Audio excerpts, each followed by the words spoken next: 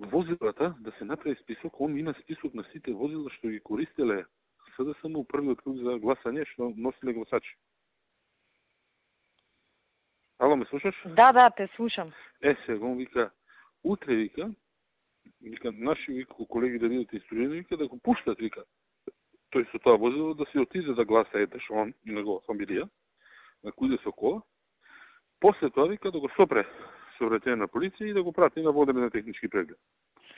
Вика нека се направи, вика пошто вика тоа се вика едно 40-50 коли, ќе се направи таму ред, па тоа поспоро ќе иде, ама ќе го успориме процесот на гласање.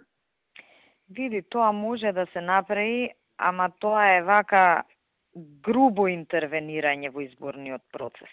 Не. Како ние колку возила ангажираме? Не, ама ти му даваш он да си гласа. Тој што е собственик на возилото. Не бе, те разбирам што е, ама хаос ке се направи, знаеш. Не е проблем, мислам, тоа не е некоја голема работа. Ние имаме други методи, многу поефикасни, ама окей, не е проблем ни тоа да се направи. Малку да ги забавиме.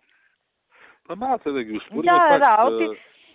Тоа може би дури треба да се чека некаде не сабалето, него... Треба и да се види, знаеш, колку интензитет има таа работа. Оти сега, реално, да речем, ти еднаш си ги однел мајката и татко, ти еднаш ти си пошол, не е тоа нешто... Не, за оние што се организираните. Да, ко ние, ко кимови што ги организираме, знам. Па и ние, нели, имаме пари за коли, да. Имало 40 коли, знам, беше у Куманово, па зборевме да се... Само треба да видиме интензитетот, значи некој, да речеме, 2-3 пати ако отиде, може да го исконтролираат. Не само од еднаш, ме разбираш? Не знам како да го изведам, не знам вика што да прави, ја вика идам кај началникот и ќе му дам списокот. Да. Нека му го даде, ја ќе се чујам со началникот.